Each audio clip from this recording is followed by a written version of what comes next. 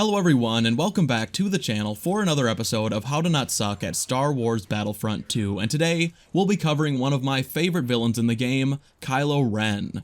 Kylo, like many other heroes and villains in Battlefront 2, has went through so many drastic changes over the past year that he is virtually unrecognizable when compared to what we had at launch. And because of this, my original hero guide from 2017 is laughably outdated, so today we'll be giving Kylo another look and explaining how to make the best use of him in every game mode. If you guys would like to see this series more frequently on the channel, be sure to support this video by leaving a like, as these guides take me significantly longer than my other uploads to put together. Also, be sure to let me know in the comment section down below which guide you would like to see next. One reason these videos come out so infrequently is I just can never make up my mind on which unit I want to cover in the next one. But let's dive into the most important aspect of any hero, their base stats and movement capabilities, and I went through and personally tested each of these values to make sure they are correct. Kylo Ren has a base health pool of 750, which is very standard for a lightsaber hero, with a health regen pool of 250, which is the default health regen of most lightsaber heroes, with only Obi-Wan and Luke having different regen stats. His health regeneration has a delay of 5 seconds, and when it begins, Kylo regains his health at a rate of 50 HP per second, and there is nothing extraordinary about any of this. When it comes to health, Kylo is as middle of the road as you can get, and you can definitely feel that while playing him. The same can be said for Kylo's basic lightsaber damage. His standard attacks deal 125 damage when applied to the front of enemies, which is just slightly below the average of 130, while his attacks from the rear deal 165 damage, which is just slightly higher than the average of 160, meaning Kylo's base attack stats more or less even out. Kylo's stamina, and this may come as a surprise to many, is arguably the best of any of the dark side heroes. He can attack either an equal amount or more than every other saber user, light side and dark, not including star card upgrades of course. He can block more blaster bolts and lightsaber attacks than every dark side hero other than Vader, but Kylo absolutely smokes Vader when it comes to stamina regeneration. It really came as a surprise to me that Kylo has nearly identical stamina statistics to Darth Maul, but has the added benefit of being able to deflect 30% more blaster bolts. Stamina is of course important, but in my opinion it's also one of the easiest things to manage if you're a smart player, so while the extra stamina for Kylo is very nice, it only does so much in giving him an advantage over other heroes. Everything else about Kylo barring his abilities is pretty middle of the road. He has 2 dodges like most units, and his movement speed is on par with the other Force users. However, where Kylo really shines are his abilities, as all 3 complement each other in a way no other hero's kit does. I think it's important we start off with his middle ability, Frenzy, as the use of his other 2 abilities are relatively reliant on knowing how this ability works. Frenzy is a very unique ability, and one that has slowly but surely went from one of the most unreliable abilities in Battlefront 2 to an ability I always look forward to using. Frenzy is a lock-on lightsaber attack that allows Kylo to lunge up to 10 meters onto an enemy, and once that enemy is defeated, Kylo will jump to any nearby enemies if available, dealing 3 rapid and deadly strikes to opponents. Each hit from Frenzy deals 170 damage to infantry and reinforcements, and 120 damage to heroes, meaning even without upgrades it can one-hit kill every class but heavy, and if all 3 attacks land it can easily kill a full health reinforcement in 1 activation. The ability recharges in just 10 seconds, meaning you'll have it available to you in most situations. Frenzy also gives a massive damage reduction of 40%, which gives Kylo a huge advantage in any saber-on-saber fight. Even without upgrades, Frenzy deals equal damage to Kylo's standard attacks, meaning that Frenzy should be used whenever possible when in a saber-on-saber fight, especially when dealing with a spam swinger, because while they're hacking away at you mindlessly, you will be dealing massive damage in quick succession while only taking 60% of the damage being applied to you. Frenzy should not be used when you have multiple enemies swinging at you. It opens you up for attack, and while you may deal some damage on your way out, 40% damage reduction won't be enough to save you from more than one spam swinger, and there are far better ways to deal with them. It should be noted that the final swing of Frenzy does break through blocks. Sometimes. It's unclear if this is intentional or not, the devs really haven't chimed in on it. It really is very inconsistent, but I do find Frenzy to be extremely effective for finishing off a low health enemy who is blocking, as Frenzy will cut straight through a block quite often. Moving on, let's talk about Kylo's Force Pull. This ability deals a whopping 10 damage, meaning that without upgrades you will very rarely get kills with this ability. Force Pull does exactly what you'd think it will, pulling enemies towards you from up to 20 meters away.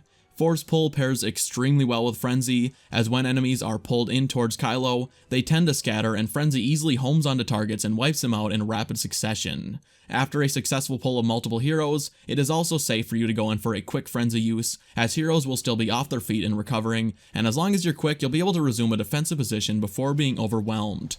Kylo's Force Pull is also one of the most versatile abilities in Battlefront 2. It can be used to yeet enemies off of an objective, toss them off ledges like they are nothing, and of course bring enemies towards you to finish the job. It's also excellent for saving teammates in HVV. I cannot tell you the amount of times I've been able to save my entire team from certain death by coming out behind the enemy and pulling them off of my team, giving us a chance to regroup, regenerate health, and recharge our abilities. Force Pull is also able to be used mid-jump, unlike Anakin's pull dominance, meaning Kylo can keep his momentum without having to stop dead in his tracks, which is a very important part of every Saber hero's playstyle. Force Pull does have a relatively lengthy recharge time of 20 seconds, so keep that in mind before wasting it on an enemy that could be otherwise disposed. Finally, we have Kylo's Force Freeze. This ability is also very self-explanatory, and freezes enemies from up to 15 meters away for 2.5 seconds. Freeze has been hit with a relatively hard nerf over the past few updates, as it used to freeze enemies for over twice that time, but that by no means makes Force Freeze a weak ability. Enemies are released from their freeze the moment Kylo damages them, and because of this, each situation needs to be assessed on how to get the most out of your time the enemy is immobile. If you have teammates around you with a modicum of situational awareness, the best thing you can do is let the freeze run its course while your teammates damage them, as only damage from yourself will break the freeze. And while they do that, position yourself behind the enemy to strike just as the freeze is released. This will allow you to do two things: 1, get the 40 bonus damage from a rear attack, and 2, you will be far more likely to land 2 or more attacks before the enemy will be able to land a successful block, because instead of attacking from the front, where they will just have to hold a block instantly right in front of you, they will have to turn around in order to block your attacks. Whenever given the chance to get behind a single enemy following a successful freeze, you should take it. However, there are going to be a lot of situations unlike that, where you are not going to have the chance to get behind an enemy, mostly when you're freezing multiple opponents, so read the situation. Timing is key in HVV especially, and that extra second you waste may get you ambushed by the rest of the enemy team. Finally, Freeze is also the ultimate escape ability. This is not my first choice for how to use it, but when you find yourself in that situation we've all been in, where you charge forward with the rest of your team, and everyone around you manages to die without taking out a single enemy, and then you have an entire group ready to gun or swing you down, sometimes the best thing to do is to freeze those after you and regroup with teammates, and this can be applied to HVV or Galactic Assault. This is of course a last resort move and a last ditch effort, but sometimes it's the only way you're going to get out of a situation alive. Freeze does have a recharge time of 24 seconds, one of the longest recharges in the game, so do not waste this ability unnecessarily. Now that we've covered Kylo's abilities, it's time to talk about star cards. Kylo is one of very few heroes that has nearly a full lineup of useful cards. There are really only a couple I'd recommend avoiding entirely. Now, Kylo's health on kill card is of course going to be replaced by a new star card next week, as Kylo will soon have health on kill passively, just like the rest of the heroes. So with my recommendations, we will be ignoring Kylo's health on kill, and instead using his new star card, which even pre-release is guaranteed to be one of his best. If you are watching this in the week prior to the new star card's release, just know that wherever I recommend his new star card, his health on kill card should be in its place, other than in Hero Showdown. Recommending star cards for Kylo in Heroes vs Villains is incredibly easy, as with this setup his damage output will be unrivaled, and I will of course be giving you statistics based on epic star card levels. Starting out, you'll want to use Resilience in this mode at all times. Resilience increases Kylo's base saber damage against enemies by 20 whenever he is in close proximity of another villain, and in Heroes vs Villains you should be close to a teammate the vast majority of the time, so you should always be getting that benefit. Second, you'll want to run Bloodlust. This card increases Kylo's frenzy damage by 20, allowing you to deal 145 damage per swing to heroes, and 190 to troopers and reinforcements. Finally, for Heroes vs Villains, Kylo's new star card, Power of Darkness, is a no-brainer. This card will increase Kylo's lightsaber damage after using Frenzy for 6 seconds, and when stacked with Resilience is going to bring Kylo's base lightsaber damage to over 160 with each swing, which is going to allow him to outdamage any light side saber user by a fair margin. Moving to Galactic Assault, I'm going to recommend keeping on both Power of Darkness and Bloodlust, but swapping out Resilience for Power Reach. This star card increases the range of Kylo's pull by 30%, allowing you to bring more enemies towards you for a frenzy follow-up. And overall, this card is just very versatile. I can't recommend Resilience and Galactic Assault, just because there won't be nearby villains close enough to give you any benefit the vast majority of the time, and Power Reach is just going to serve you so much better. On certain maps where you'll be fighting in close quarter situations the majority of the time, like Death Star 2 or Phase 2 and 3 of Naboo, I sometimes swap out Power Reach for Harsh Pull, which brings Kylo's pull damage up to 60, which can help to soften up a large group. But the vast majority of the time I am going to recommend Bloodlust, Power Reach, and Power of Darkness for Galactic Assault. Finally, for the 12 of you watching that play Hero Showdown, again you're going to want to go with a full damage build, same as Heroes vs Villains. Kylo's pull and freeze are both more than strong enough without upgrades, and increasing Kylo's damage is going to keep you completely unstoppable in both hero modes. I will have all 3 star card setups listed in the description if you ever need to come back to this video, and just check out my recommended setup. Now let's just cover a few general tips for playing Kylo Ren successfully. The first is to play Kylo Ren aggressively, sometimes. That does sound like a useless tip, but hear me out.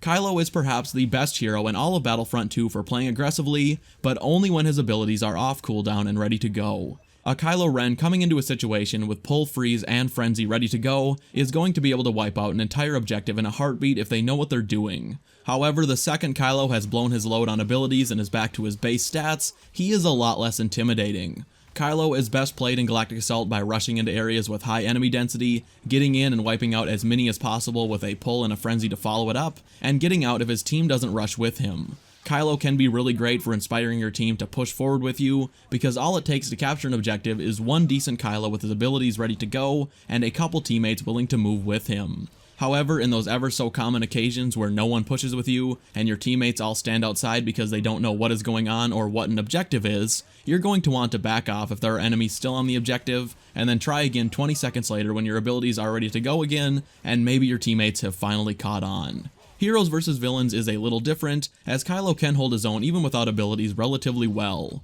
With certain combos like a smart Han sitting back away and a lightsaber hero spamming you up close, you are going to want to get those abilities back in play. But if you have your usual situation of 2 or 3 lightsaber heroes swinging away like bots, you can just dispose of them relatively easily by dodging behind, striking them strategically as they swing at a wall, and rinse and repeat. If you are dealing with a higher caliber player or 2, Kylo's great stamina generally allows him to get his freeze back if you need to regroup with your team, which is a smart move if you are dealing with good players. Looking at Kylo now compared to launch, it is incredible to see just how greatly he has improved. At this point, I would say he is the second best darkside saber user, only taking the runner-up spot because Vader is almost untouchable. Still, I do hope this guide was able to help all of you watching in one way or another, and at the very least, it's always good to know every hero's damage stats, as believe it or not, some quick mental math during an in-game encounter can help a smart player assess any situation. Well guys, that is going to do it for today's video. I want to thank you all so much for watching, and again, if you enjoy this series and would like to see more of it, be sure to leave this video a like. Also, be sure to let me know which guide you'd like to see next, and be sure to subscribe to the channel so you never miss another Star Wars upload. Thanks once again, and I will see you in the next one. Bye.